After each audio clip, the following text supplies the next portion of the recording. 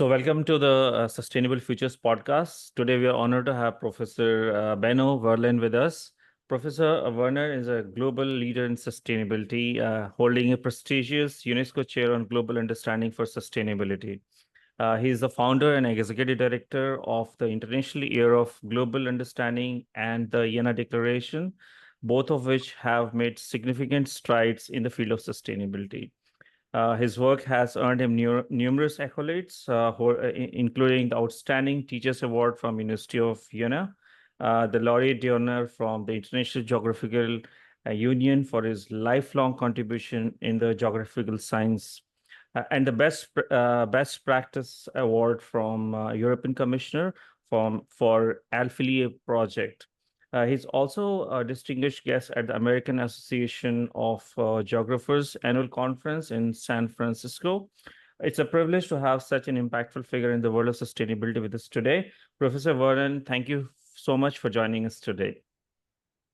Yeah, thank you, Saurabh, for having me, for having me part of your project. Yeah, thank you. So, Professor Werlen, we'll start with understanding a bit more about your work. We'll start with understanding the local action and global goals that you have been promoting. So you have had a long career in field of sustainability. What are some of the key moments that shaped your journey? Yeah, when you get older, the journey is getting longer and longer. So in fact, when I did my studies in the 1970s, in the cold year period in Freiburg in Switzerland, I was studying also agricultural economics. And in that field, I was following over several years presentations from representatives of the FAO and other UN organizations situated in Geneva, Switzerland. So we had once a month a presentation about the big problems humanity is facing. It was the time of limits to growth from the Club of Rome, and that was an important text to discuss and have been commented by different people from the just mentioned organizations. And I was then involved in a field trip, 2 months field trip to Africa in 1977. Wow. And we visited Tanzania, Kenya, Rwanda, and what it was called then Zaire.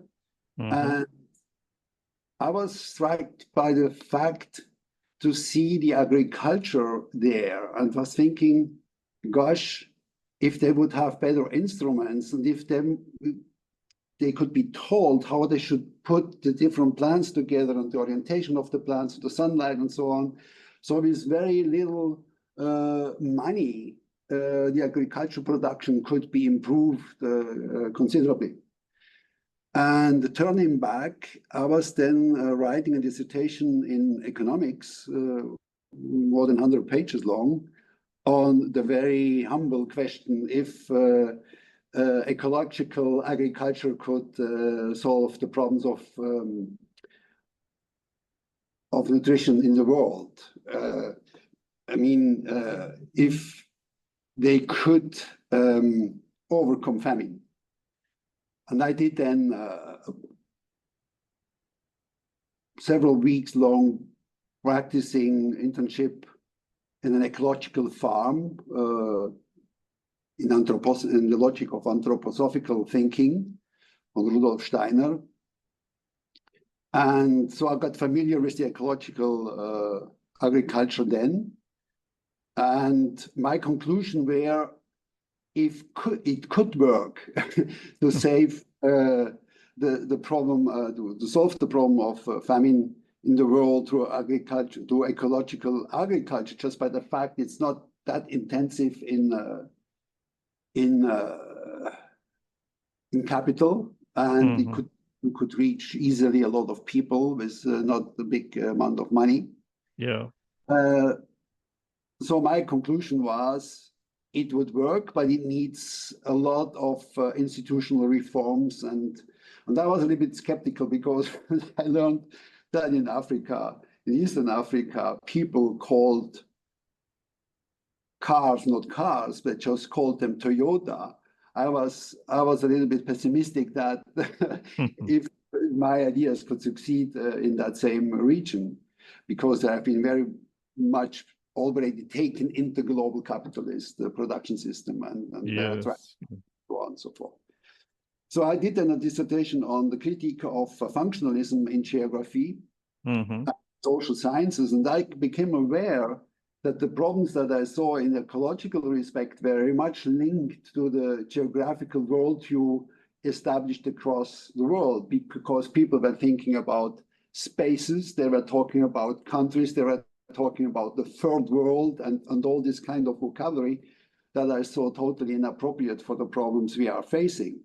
Right. So I was planning then, first of all, to study an alternative theoretical perspective for geography. And I did it with my PhD.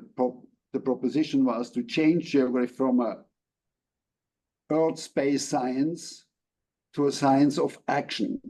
That geography is not studying on categorizing the world according to spatial categories or principles, but that the idea of geography should be to study scientifically how people make geography in their everyday life, meaning taking in account the way people themselves see the world, and not just telling them what to do without being interested in the way they are doing it, or even categorizing them as underprivileged, underdeveloped, and so forth by spatial categories, the third world, the global south, and so forth. And of course, this was not expected by the community of geographers worldwide. I remained rather an outsider with my concept, and I was very much also contested. If you break the paradigm, you can't hope that everybody likes you. That's how the world is. But I got then people from international geographical communities got interested in what I'm doing, and I was invited to take over a commission of the International Geographical Union called the Cultural Approach in Geography. Right. And through that, I was then invited to conceptualize, or to help to conceptualize, first of all, an international UN year on a geographical topic and cultural topic. And I was not satisfied with the first draft, and I was saying, if you want that I continue to work on this, I want to have the possibility to present my own proposition. And I did that and conceptualized the International Year of Global Understanding. The fact that people need to understand with the ongoing globalization, to understand how much their everyday life in certain places is influenced or determined by global processes, and how the local life is affecting the global level. So how people can do things to contribute to the solution of global problem constellations. This was then accepted internally in the framework of geography. And then I presented it, first of all, to all the president of the Natural Scientific Organization in Paris. There are, if I remember correctly, 75 disciplines that are all from physics to biology and so on, with all the presidents and general secretary. And I presented there the International Year of Global Understanding. I made them aware what they are seeing as the global Earth challenges, as they called their project, is in fact determined by problematic human actions, especially since the Industrial Revolution and so on, and showing them just how the changes in production forms has impact on the global climate and so on, and the different cultures of lifestyles, how much they are affecting differently different aspects of the physical world. And I was claiming that it's impossible or not scientifically not sound to reduce problems of humanity to natural scientific problems, so that we cannot just talk about climate crisis and then asking politicians to solve the climate crisis. But we have first of all to understand in what cultural fields these problematic actions are embedded. So I was bringing people then from the social sciences, also a project, and people from the humanities. And so I was in certain form combining the different scientific areas through personal link I established among them with the International Year of Global Understanding.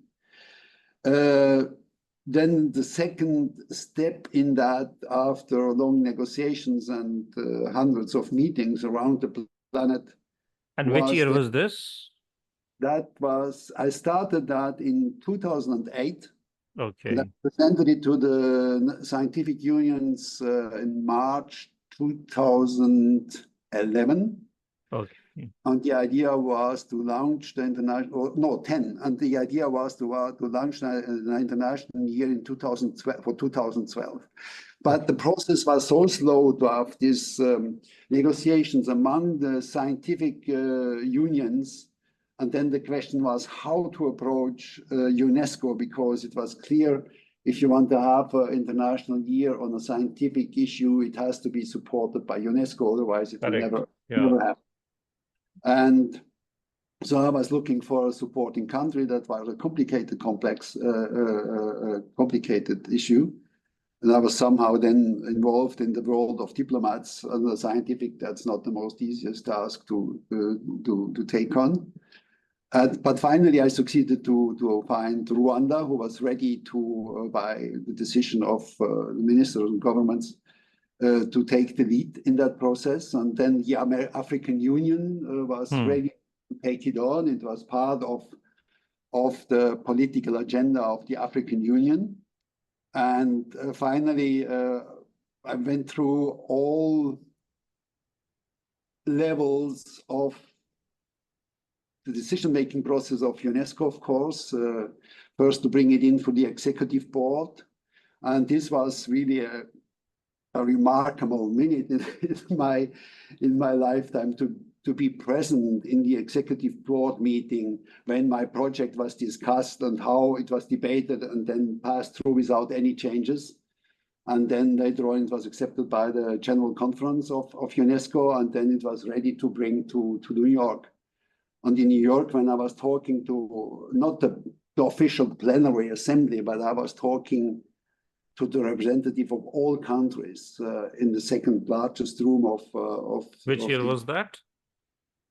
That was 2013, because in the meantime, we have given up the idea to have it in 2012 because everything was slowed down. So then the idea was to have it in 2016 because we needed then a year between each decision and then 1 year of preparation and so on and so forth. Right. And that was also quite impressive to talk to all this. I had 5 minutes to present the project in the name of Rwanda, and to see all these representatives from the United States, Russia. And I was sitting next to the representative of Russia because Rwanda is alphabetically ordered and Rwanda is next to the person of Russia.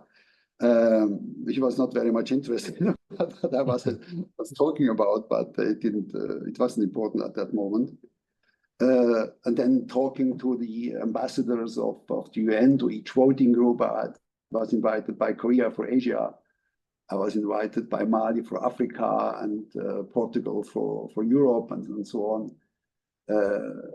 And then I was quite optimistic that everything will work well, but we didn't get the UN year, in fact. So we proclaimed then in 2015 in the International Social Science Summit in Durban. It was proclaimed the International Year of Global Understanding, jointly with the natural sciences and the social sciences. And yeah, that was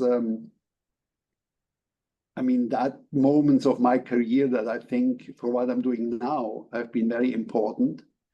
And after the success of, it was in fact much bigger than many of the official UN international years, that far but more than 1,000 events on the global understanding issue across the planet in 2016.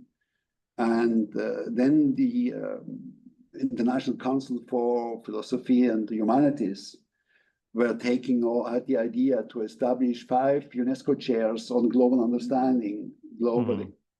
And I was asked or invited to get one of them. So I was starting the whole application process for the UNESCO chair. That's quite complicated and quite a long issue. It takes time.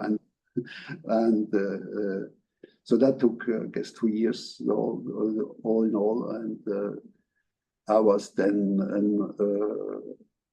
nominated in 2016, I think, end of 2016. And was it early 17? I can't remember exactly.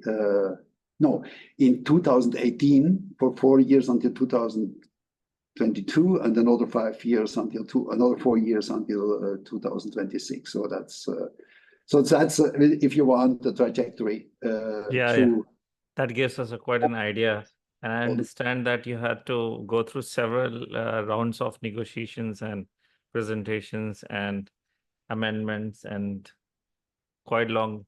So you learn a little bit about the institutional ordering of not only of the UN, but also of a lot of our readers are coming from a very diverse background, and they're always looking forward to understand that if they have some idea and how they could use it with institutions like United Nations to get through, or in terms of policy designing, this is very helpful.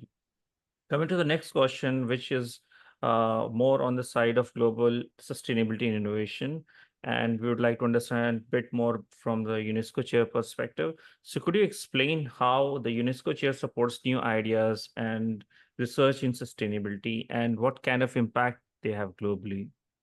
Yeah, I mean, what people very often have difficulties to understand is they think that UNESCO chairs are paid by UNESCO. That's not true. UNESCO chairs are applied by the National Commission for UNESCO, and they have to show that the university are localized is able to sponsor that UNESCO chair. So UNESCO is interested to make sure that the university or the country that is applying makes sure that the chair has the financial and the personal background to function. So you have to prove that we have the money, and we don't get any money from UNESCO. So that's you have to prove that you have the capacity to handle it, that role. Exactly. And then the second important point that is to know, and that explains then what UNESCO chair in fact is, you have to show how much the program of the UNESCO chair can contribute to the fulfillment of the programs of UNESCO and the UN. So you are not, I mean, you have to have a scientific status, otherwise you wouldn't be professor. Yes. But the point is you have to show how much you can contribute to the programs of UNESCO. And that shows how the structure is. In fact, the professors are not there to suggest programs of the UNESCO and the UN, but it's rather the other way around. These are the general conferences or the plenary assembly of the UN who are making the programs and or accepting the programs for the UN or UNESCO. And the professors are there to help the institution to reach their goals. So not the professor who is taking the lead in the discussion, and not the professors are the agenda setters, the setting institute persons. The agenda setting are the administrations or the national representations of UNESCO and the UN, who are setting the agenda together with their staff. So, in fact, of course, you can contribute as I do or we do it by on the basis of my scientific program or approach to make a contribution to UNESCO. And what is important to know, I think, what makes such a position attractive is that you are one of nearly 950 UNESCO chairs globally. So you are part of a network of UNESCO chairs, and you can interact with them, the ones they are close to your topic and so on. You can collaborate with them, and you have a framework for your collaboration that you wouldn't have otherwise. And there are so-called unit-win networks, several hundreds of them, for topical orientation. So you can also address them if you want to have something discussed, or if you organize a conference, you can invite them and collaborate with them and contribute to their activities. So that's I think the important point. But with a UNESCO chair, you have a huge network that is set up by the institutions of the UN, and therefore you can have potentially a big impact in international policies, but you never would have if you just stay on the national level. So that's, I think, the point that is important to know and to take in consideration. Great. Any examples you have of any particular projects that has been taken by the UNESCO chair in terms of sustainability? Yeah, I mean, the UNESCO has three fields of action, and all these three fields of actions are right now combined with the sustainability agenda of the UN, the SDGs. And that's the three fields are education, science, and culture. So I try to combine the three in the global understanding. I mean, the understanding is the concept of the humanities and part of the social sciences, and is linked to the cultural sphere, because culture is about meaning and communication, production of meaning and understanding of meaning. And of course, the scientific part is the social scientific part, but geography is, in the German context, due to Humboldt, localized in the natural scientific faculties. So I'm a member of the Faculty of Chemistry and Geosciences. So I have institutionally also the access to the natural sciences, and also through my education to both of them. So the examples of participation were then that on the local and national level, I was or I am involved in a project with my colleague from nearby, from Weimar, on the intangible cultural heritage, the organ. So I was looking what role this instrument that is very important in religious music and so on, all over Europe and even beyond, how the organ, the establishment of an organ instrument in the small communities and so on, were forging some kinds of solidarity, and how it is created to reproduce the community level through religious celebrations, but also as musical instrument and cultural instrument, so that we have culture and social sciences and human sciences related. Yes, yes. Otherwise, I was involved in a book production of the UNESCO. I was selected for the future of education. And on that basis, I was invited finally to represent the European UNESCO chairs in a project of the Canadian Commission for UNESCO and the Science Council for the Social Sciences and Humanities of Canada on the production of future knowledge. So how should we produce knowledge for societal transformation? Oh, interesting.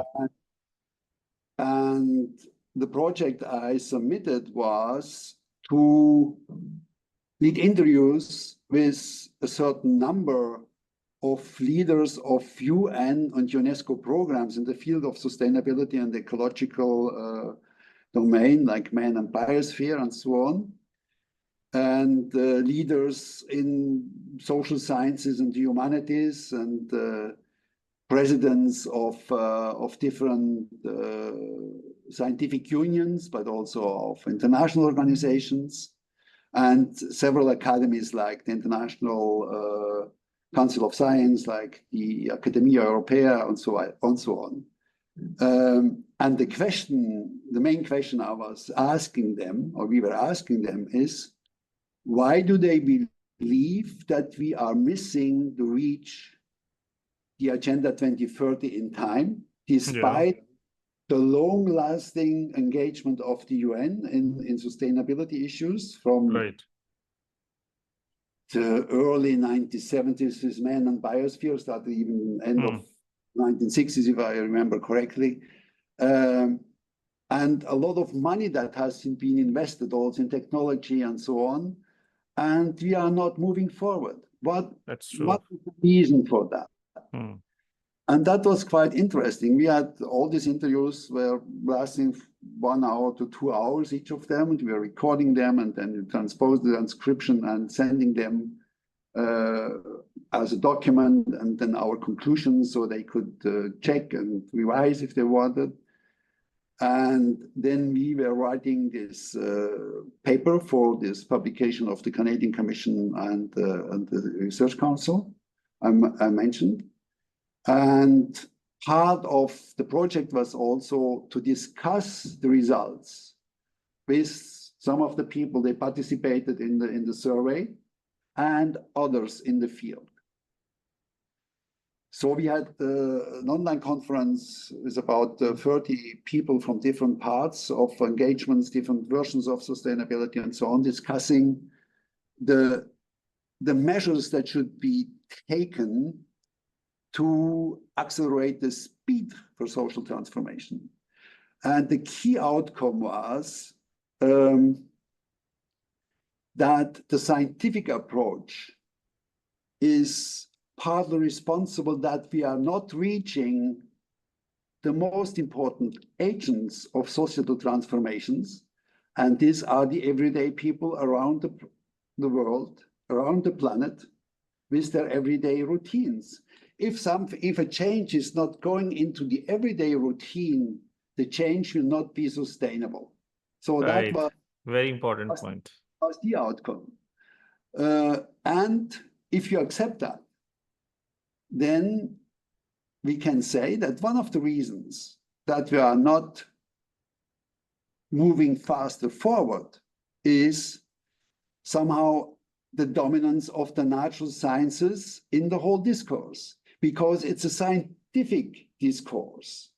And normal everyday people are not scientists. They are not familiar with the scientific language and the concepts of the experts in all different domains of geosciences, of geotechnology, and so forth and so on. So the question is how you build the bridge between scientific knowledge, scientific insights, everyday practices, and their transformative potential to solve global problem constellations. Another outcome of the survey was that education is for global problem constellations absolutely not sufficient anymore, because we have a high specialization in disciplines, and the school curricula, in fact, mirror to a certain extent scientific research.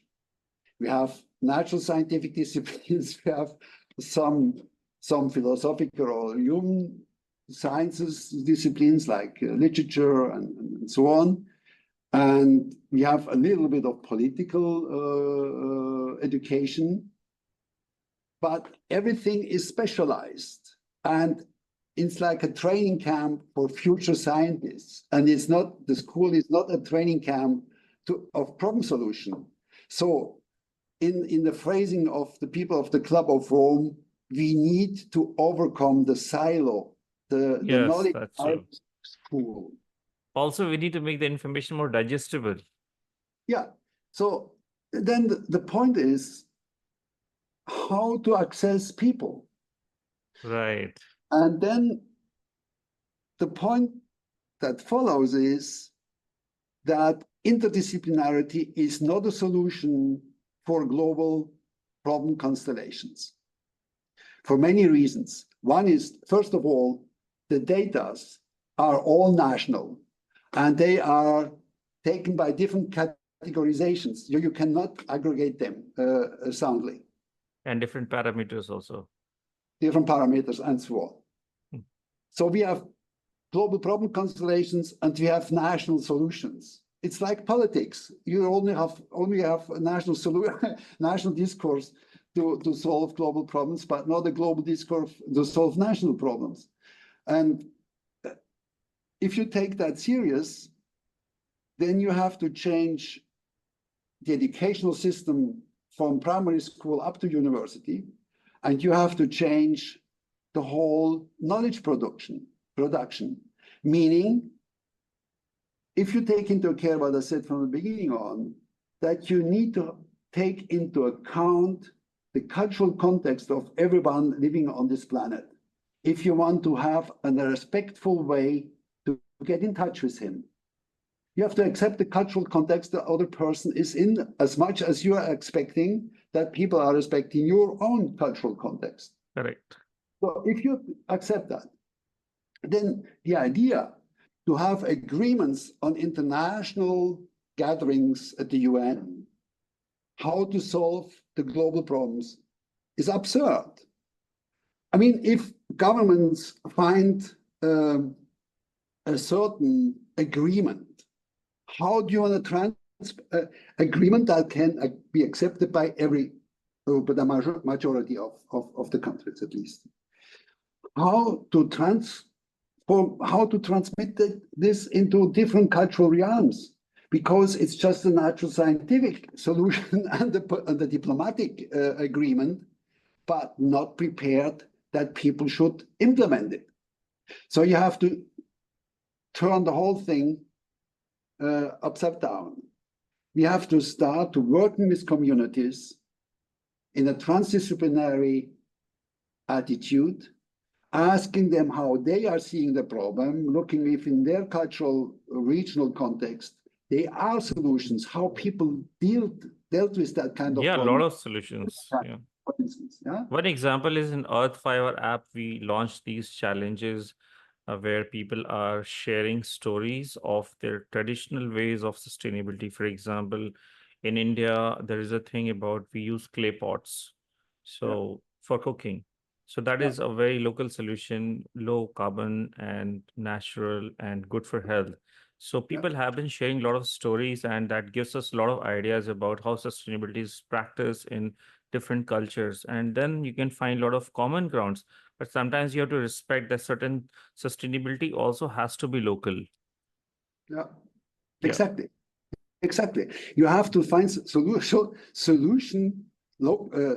solution for local problems, but based on proven facts and proven natural scientific insights.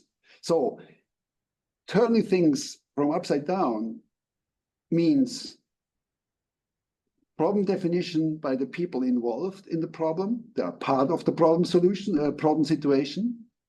And then that social scientists, cultural anthropologists, geographers, and so on, that have a cultural sensitivity, that are familiar with the local culture, are looking if there is other knowledge that could be useful to solve that situation, from the natural sciences, from engineering, from other sections, and go in touch with them and say to them, what would you do to solve this problem there?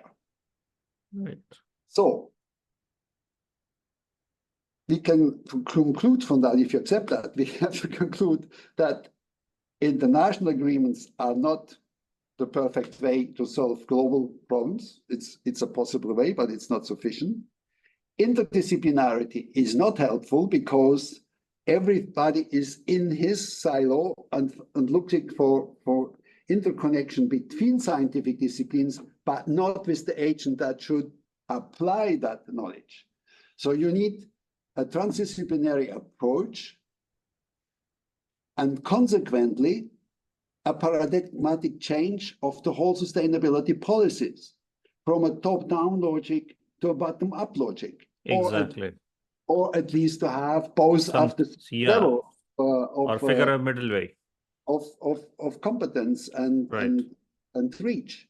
And this, I think, was then the outcome of the conference. We discussed that, and people added more to the results of the survey. And from that, we then reached, the question was what we are doing with these insights. How you want to, and I said, okay, we can have a kind of manifesto or of this event, or maybe a declaration. And so people got quite enthusiastic about the idea of declaration, and I was asked to conceptualize the text that in the form of a declaration. So I did that with a couple of other participants in the conference, and we called it then the Jena Declaration. Exactly. So I was coming to that question. Your Jena Declaration, which is very interesting in terms of regional cultural sustainability. So the question is like, it's a very important piece of work that you have played key role in, that is Jena Declaration. So I'd like to know more that what is it exactly and how does it addresses the global sustainability challenges? Yeah, I mean, the Jena Declaration, the title is because it was the UNESCO Chair of the Jena University or organized the survey and organized the conference. But on the other hand, it's also symbolic to call it the Jena Declaration because the historical heritage of Jena has all the ingredients of the Jena Declaration. Jena is the place where modern ecology has been coined by Ernst Haeckel. Yeah. Hans Karl von Carlowitz is a member of the alma mater Jenensis, and he coined for the first time sustainability in 1714, and the way it's used now in UN and UNESCO programs, or the Agenda 2030. And on the other hand, we had a movement starting from here, the Romantic movement, who had the idea to have a combination of the natural scientists and the humanities, to have a view of nature that is not emptied out of any meaning, to put it that way. So we have all three parts that are in question of sustainability issue: is sustainability itself, the ecological turnaround of sustainability in the phrasing of the UN and UNESCO, and the counter movement somehow was addressed by the Romantic movement. All three are linked to Jena, and therefore Jena Declaration is a wonderful name for the ingredients of the declaration. So by telling the impact of the conference and its result, I was already giving the main lines of the Jena Declaration. To put it roughly, we can say the Jena Declaration is calling for a double shift of paradigm in sustainability research and sustainability policies. That's, first of all, changing the logic, as already said, from top down to bottom up. Yes. That's a solid integration of citizens' view and citizen engagement in the sustainable transformation of societies, and always in line with the cultural backgrounds, that's compatible with the people live. Or you can't change the way of life of everybody in one lifetime. That's impossible. So we have to find a solution inside from of lifetime to have better adaptations. And the second one is not from nature to culture, but from culture to nature, so that we are looking how nature is transformed by culturally shaped lifestyles. And with the study and knowledge of the lifestyle, looking for new forms of the less problematic transformations of a natural background. And this on a third important point, that the Jena Declaration is not talking about natural environment, because with our body, we are part of nature. So nature is our contemporary world, or in German, Mitwelt, and not Umwelt, not environment. We are part of nature. And we are not everything we do for a healthy natural conditions, we do it for ourselves at the same time, and we don't do it for the environment. We do it for us and all other living species, right? So, and that's it's not about something else, it's about us, and it's not the planet, it's life forms on the planet. So we should also get rid of the phrasing to save the planet. That's quite ridiculous. I mean, we are not able to save the planet. That's very egoistic. Planet existed before the humans arrived, and it will exist after it's disappeared. So it can't be the point. At the best, we can save humans. We can save ourselves.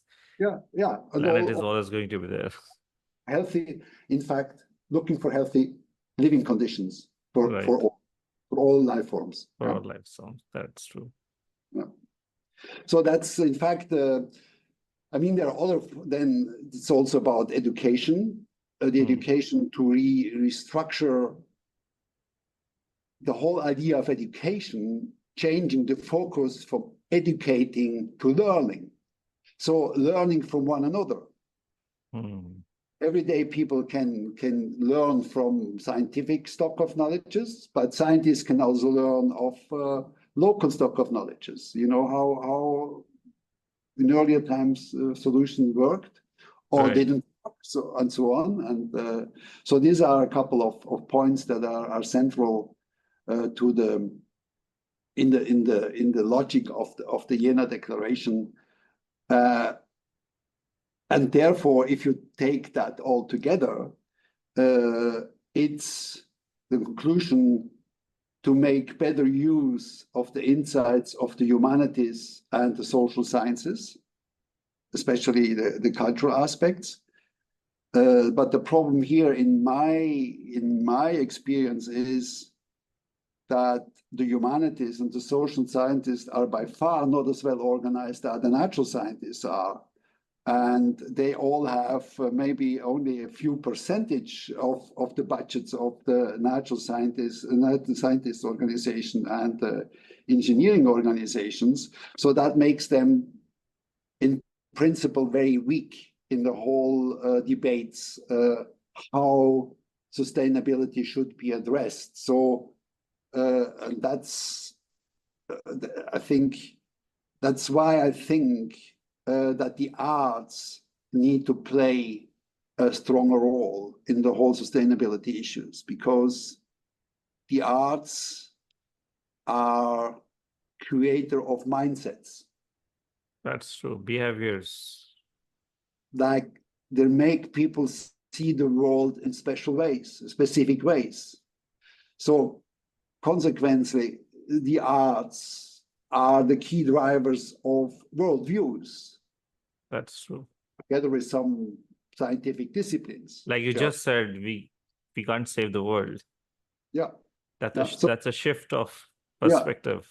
Yeah.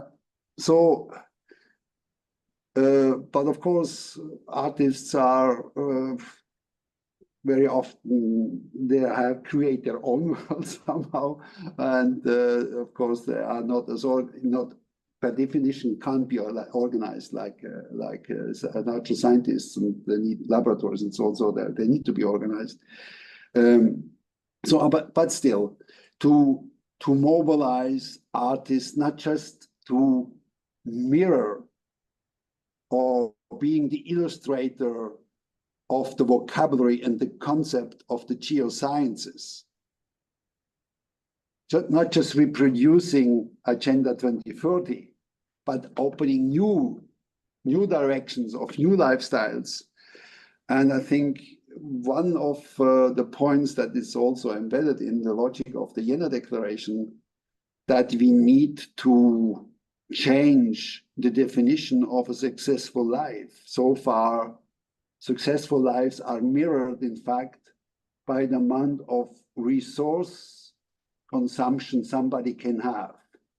100 cars, 80 bathrooms, and so on. So that's wealth, that's success. Material success. So we need to make clear that this is not success. This is the opposite of success in the sense of creating healthy conditions for everyone. This is just the opposite. Success can't be linked to destruction. And today, success is mirrored by destructive ways of dealing with our natural basis, living conditions. Having a jet for every meeting, 2-person fly over the Atlantic, over the Pacific, to meet someone at the other end of the world.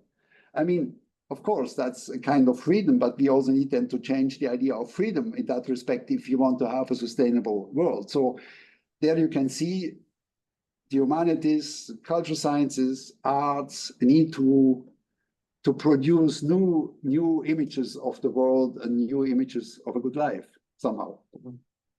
And that's so to the movement, but in other ways, yeah.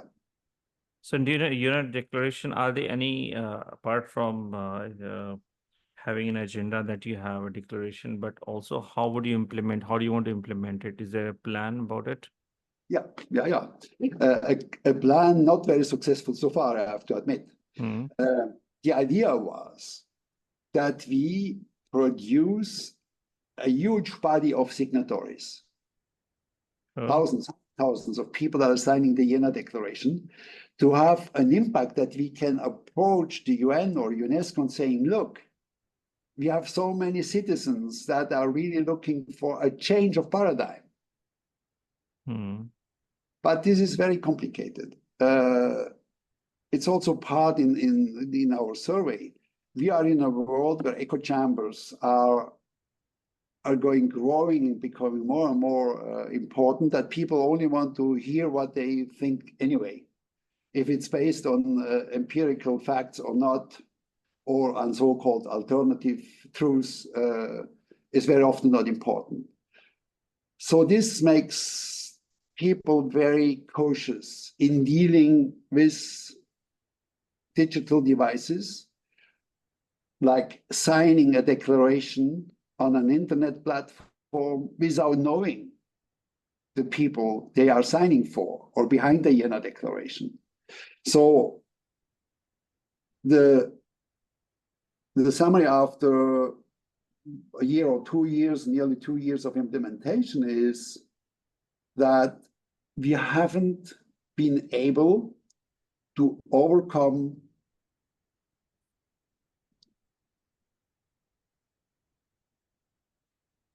or to combine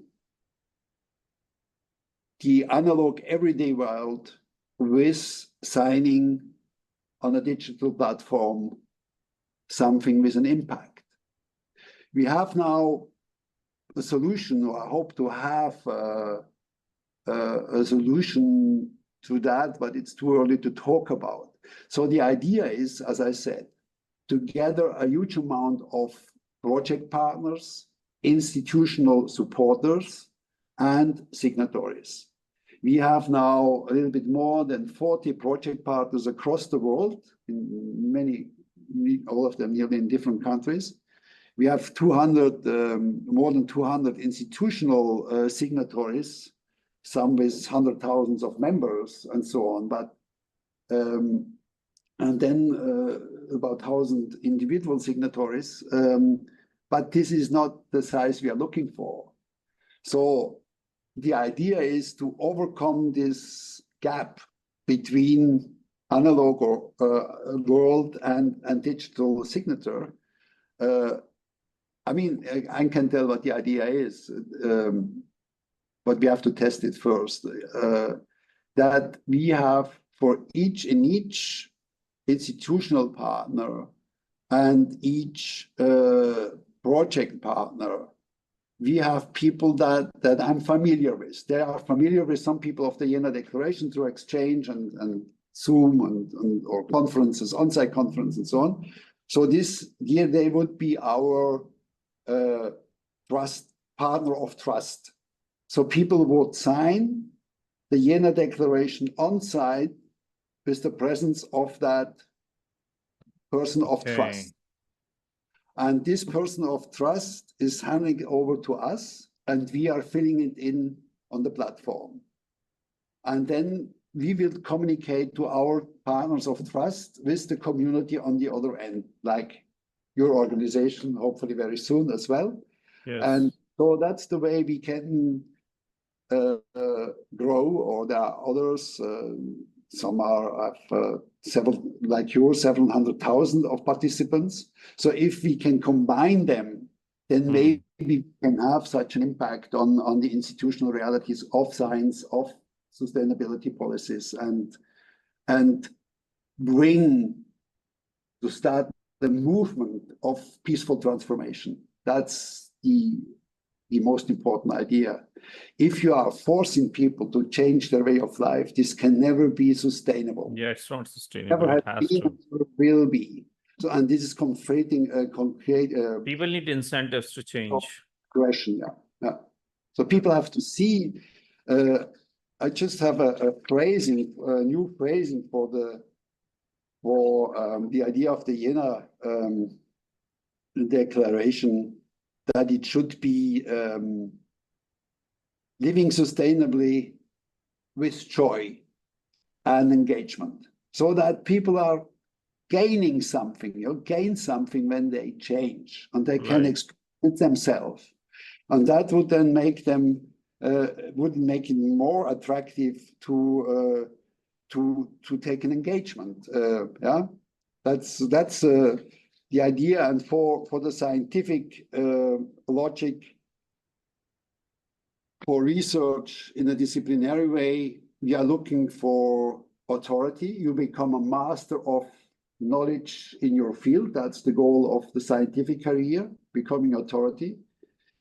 But for the applied, this can't be the goal to have as many citations like somebody who's doing basic research, or as much project money for any kind of activities like basic research or technological research. So the idea of applied science can't be scientific success, but it can be being authentic. Authenticity is then the idea of the good person in the applied research, who is trustful to the partners of the everyday world, and the good mediator between science and everyday world in a trustful way. Right. So that would be, being authentic would then be the claim and not the authority. Yeah, that's right. But example is like in Earth Fiber app, we have a particular module in which people who are concerned about the air quality in the area, they walk for a kilometer in the area using the mobile phone. And it has inbuilt tool where it geotags your location, and you can walk for a kilometer. First of all, you're walking for a kilometer rather than using a car, and then you count the trees in your locality, and then you put it, and that data goes in the public spaces, and we have measures hundreds of hundreds of thousands of kilometers across the country. And we know exactly that on this particular city, this particular stretch, what is the tree density. And with this comes the next part. Now citizens know that they are falling short in terms of trees in the area. They go for plantation programs. So one, that's input builds an output, which is pushing them to do more plantation because they understand that they need more trees in the area for better air quality. So Yeah, yeah, there is an incentive also because the data is helping them to understand the gaps, and then they're filling those gaps. yeah, yeah, yeah. Right, right, right. So in terms of knowledge mobilization through your work with the Jena Declaration, you've also dived into the concept of knowledge mobilization. Could you explain a bit more for the audience? Yeah, that's I already described it in the fact that with engaging with citizens in their everyday world. So that's mobilizing the knowledge production adapted to the local and the cultural, local conditions and cultural context. So these are Right. new forms of knowledge production. Hmm. And this would then a subsequent idea that we are articulating living labs in the so as learning models and not as educational models, so that children, young people can experience certain conditions and experiencing the difficulties and then looking for solution and knowing that there is an abstract way to deal with it, but there's also on concrete level of implementation, so that Right. this bridge building processes of knowledge production, knowledge application is part of processes at all levels of learning, or traditionally called of education. At primary school, with easier or simpler conditions at the direct local context, and then with aging, these can be more complex situations. And yeah, that's knowledge mobilization through practice in practical situations. Yeah, that's and not. I mean, this is not against scientific ways of dealing reality at all. We need to have a disciplinary way of knowledge production. But the point is that we shouldn't have the 19th century model that the school is the training camp for future scientists, and only less than 1% of the people in children in primary school will end up in some science close or scientific enterprise, or I don't know exactly, but certainly no more than 1%. So why do we bother 99% with the logic that they will never be, they never can succeed and can't succeed, because other people have also to do other things than research. And, that's, I mean, if you take that in account, and if you agree on that, then we really need to change schooling at all levels somehow. And if a member of the Jena Declaration, Howard Blumenthal, he has the project Kids on Earth. He's doing interviews for many years already with kids around the world, how they are seeing the world. Of course, these are kids that they have digital devices, so that's a certain selection. But still, they all are saying that school, what they learn there has less and less to do with their life they are living on this planet. You know, that's Yeah, and of right. course, logic is from the 19th century, and we are now in the 21st century. I mean, it would be a miracle if still everything would be adapted to our today's living conditions. So we need to take into care how people live today, how even the job markets and so on are changing radically in rhythms of decades, or even faster. So we cannot have the models of education of a time where the job market changed maybe in several decades, or even not, even half a century, more or less the same. So all these things we have to rethink, and I hope that we can contribute a little bit to open spirits in that direction, and to reach a knowledge production and adoption that would be helpful, creating globally sustainable conditions for everyone. Professor Werlen, now let's discuss institutional challenges in global sustainability. So what do you think, what can governments and institutions can do to create more effective sustainability strategies, like initiatives, more effective? Effective is the key here. So I mean, if you accept more or less what I just presented, then governments, in my experience, need to learn a more respectful way to deal with its citizens, to take their views and their problem definitions serious, and not starting from the idea that the ministry knows everything better than any citizen in the country. So that means a more democratic exchange between governors and governed people. right. I mean, we need a collaboration and exchange. But if we have in the knowledge adaptation a total top-down logic, this is not really democratic. In fact, That's true. It gives the power to a certain group. We saw that with the COVID pandemic. What happened if natural scientists and people from medicine try to make social politics? That's very often not very helpful. I mean, of course, we depended all on the knowledge of medical research and so on, but the way it's applied should also be more open and prepare such scenario how to deal in situation of emergency, and not being lost if there is an emergency. So getting prepared of all forms of emergencies that probably will arise in a faster rhythm than we can think of today. So since you spoke about we need to have also rethink the way they are dealing with problem situations inside their territory and in the global perspective, if possible.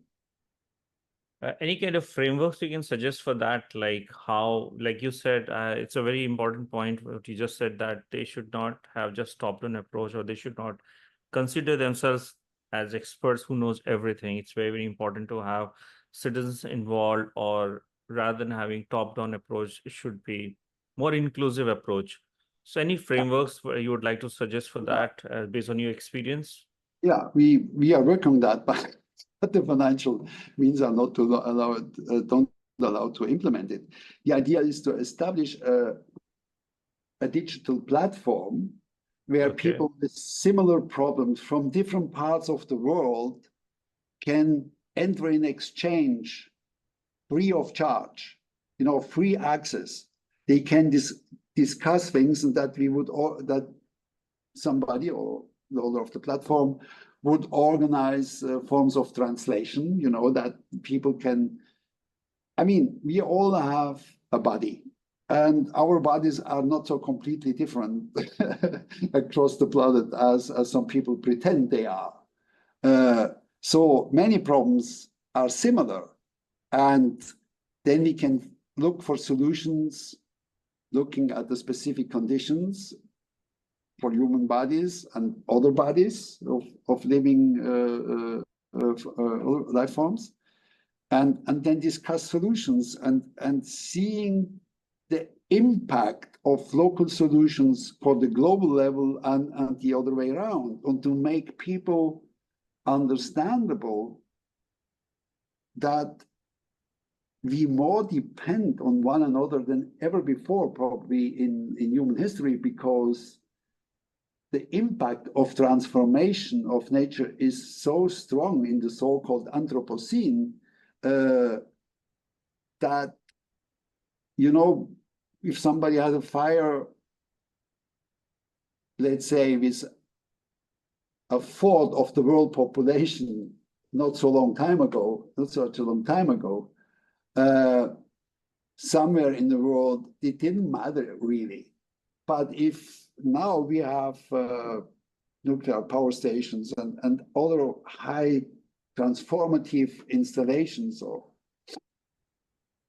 means of transport, the way we are building our houses, and so on, this has impact with the growing world population.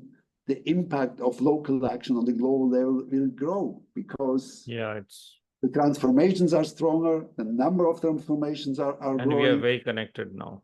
Yeah, and there is no escape. There is no planet B.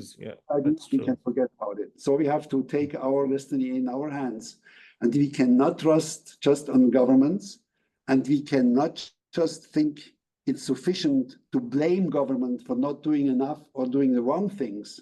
We have to take ourselves action and not just blaming others. That's true. That's not sufficient to tell this and that the governments are not doing, and therefore I can have an action that is making everybody nervous. That will not be the solution for our problems, I guess. Yeah, us versus them will not solve. We have to have a solution that is more inclusive, more participatory, and more less of silos. And you know, to develop an understanding of the global condition of each place on the planet somehow. Yeah, correct. At every point on this planet is exposed to global processes. Same issues. In terms of guidance for future sustainability professionals, because a lot of our readers and viewers and audience comes from industry where they're switching into sustainability or they're planning to build a career into sustainability. And also we have a huge youth audience, college students who aspire to do something, you know, because now they want to get into jobs where they can make some impact and make the world a better place. So what advice would you give to the young people who are wanting to switch to career into sustainability, especially from people from different academic backgrounds? From different academic backgrounds. Yeah, different academic backgrounds. Because very diverse. People are coming from very, very diverse sector and they want to have some applied sustainability in their careers. They want to have more meaningful careers. They want to contribute. So they want to understand sustainability. So they're also looking for some opportunities, what skills they could learn or what they should do so that they could make some career into sustainability. I mean, the way I'm thinking is on the background of my experience, but it's just a selective experience, of course, even if it's a long one and not a very narrow one, but still very selective, like all experiences. There are so many platforms around where people can connect with people with similar ideas around the planet. And, you know, I'm too old somehow to tell young people how they should organize their life, because life conditions are changing so fast. I would advise them to get in touch with people with similar questions and discuss them and find together solutions adapted to their background and their vision. And there are so many people around the planet who have exactly the same ambition as you just mentioned. And maybe we should put this kind of platforms together, make them visible, people like you or me and others, and everyone is responsible for his or her life somehow. And then what we can do is offering them potentials, and they have to choose and take responsibility for the decision. It's very difficult for a person of my age to tell somebody who's 20 or 21 coming from India or Australia or Latin America what's the best way of life planning? That's ridiculous. I can't be the advisor for that. That's impossible. But they could maybe go with people in touch with of their generation and looking for their future, because it will be a common destiny of generations also. Yeah. Yeah. So what he's suggesting is that they should connect with more people and talk to more people Maybe from that field. we could try to organize such an information platform where they can check possibilities and they go in touch. There's an organization called Catalyst 2030, I think. There are 10,000 or 100,000 of young people that are engaging in different projects, and they are well organized. They have chapters for Europe, for Latin America, and different parts of Latin Asia, and so on. And there are many things around that are well done and are really, really, really good. And yeah, that's a little bit also the idea of the Jena Declaration to bring such people together in that framework. And can combine different forms, and then with a snowball effect, we can maybe in short time produce something very meaningful and encompassing. One last question, Professor. Could you explain what the UNESCO resolution on International Year of Global Understanding, which is IYGU, is about, and what are the main goals? Oh, exactly what I said before.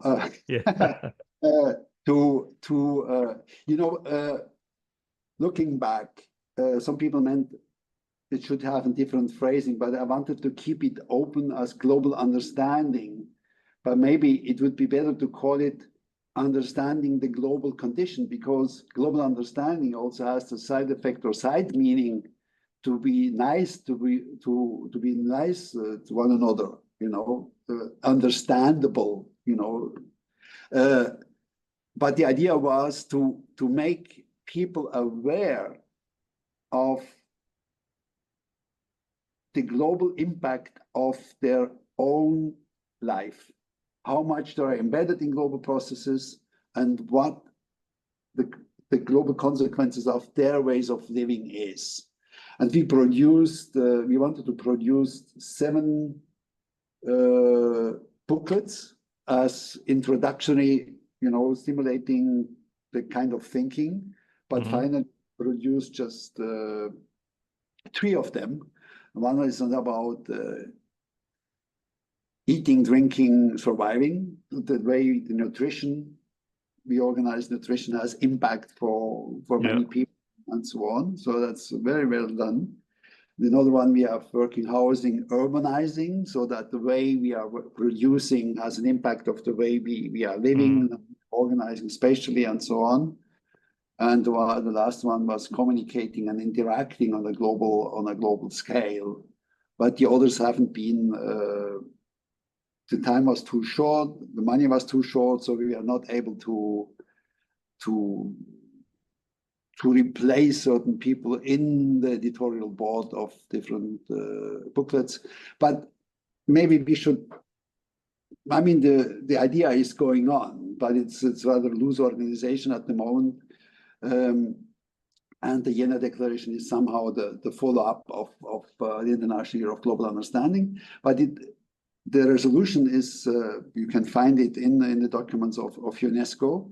The point is the integration of the sciences to engage together in global solutions for global problems. So one outcome is the International Science Council, where the social sciences and the natural sciences went together for one council, and the founding person of the council have been all involved in the International Year of Global Understanding, like Heide Heckman and Gordon McBain and so on.